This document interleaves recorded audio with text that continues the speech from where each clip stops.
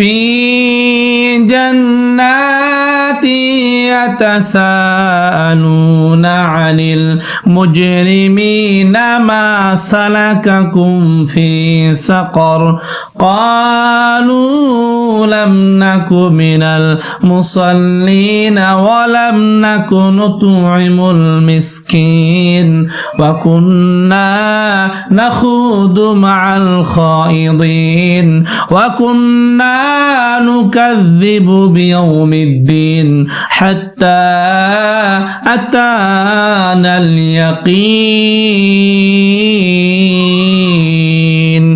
আল্লাহ সুবহানাহু ওয়া তাআলা মহাগ্রন্থ কুরআনুল কারীমের ভিতরে ইরশাদ করেন, আল্লাহ তাআলা বলে জান্নাতি এবং জাহান্নামীদের সঙ্গে কথোপকথন হবে, তাদের সঙ্গে কথা হবে। বলে জান্নাতীরা জাহান্নামীদের সঙ্গে কথা বলবে আর জাহান্নামীরা জান্নাতি মেহমানদের সঙ্গে কথা বলবে।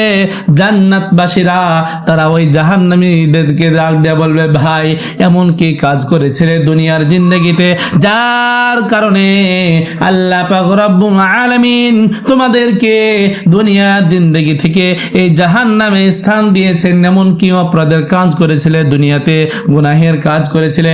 জাহান্নামীরা ডাক দিয়ে বলবে, ভাই জান্নাতীদেরকে বলবে, ভাই আমাদের 4টি অপরাধ ছিল, তার ভিতরে 1 নম্বর অপরাধের নাম ক্বালু লাম নাকু মিনাল মুসাল্লিন। 1 নম্বর অপরাধ আমাদের ছিল, আমরা মুসল্লি ছিলাম না। ওয়ালাম নাকু নুতঈমুল মিসকিন। 2 নম্বর অপরাধ আমাদের ছিল, আমরা বলে অসহায় দরিদ্র ইয়েতিম মিসকিন আমাদের দুয়ারে আসতো, আমাদের ঘরে আসতো, আমাদের দুয়ারে আসলেও আমরা তাদেরকে খাবার দিতাম না। ওয়ালাম নাকু নুতঈমুল মিসকিন ওয়া কুননা নাখুদু মা'আল খায়িদিন ওয়া কুননা নুকাযযিবু বিয়াউমিদ্দিন হাত্তা আতানাল ইয়াকিন।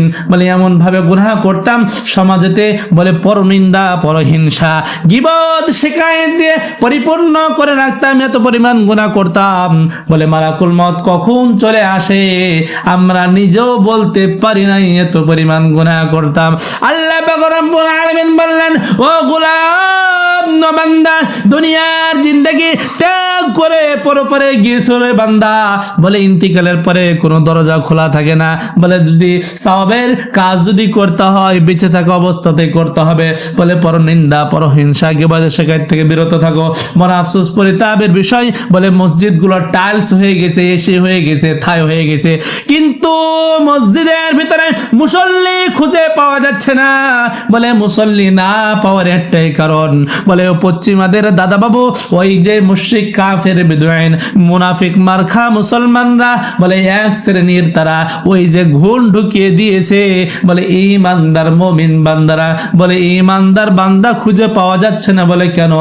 বলে মুসলমানদের ভিতরে কাফের বেঈমানরা আর ইবলিস শয়তান, বলে তাদের বলে মাকড়সার মতন জাল এবং ফাঁদ পেতে রেখেছে, ঈমানকে নষ্ট করে দিচ্ছে। কথা বলেন ঠিক কিনা?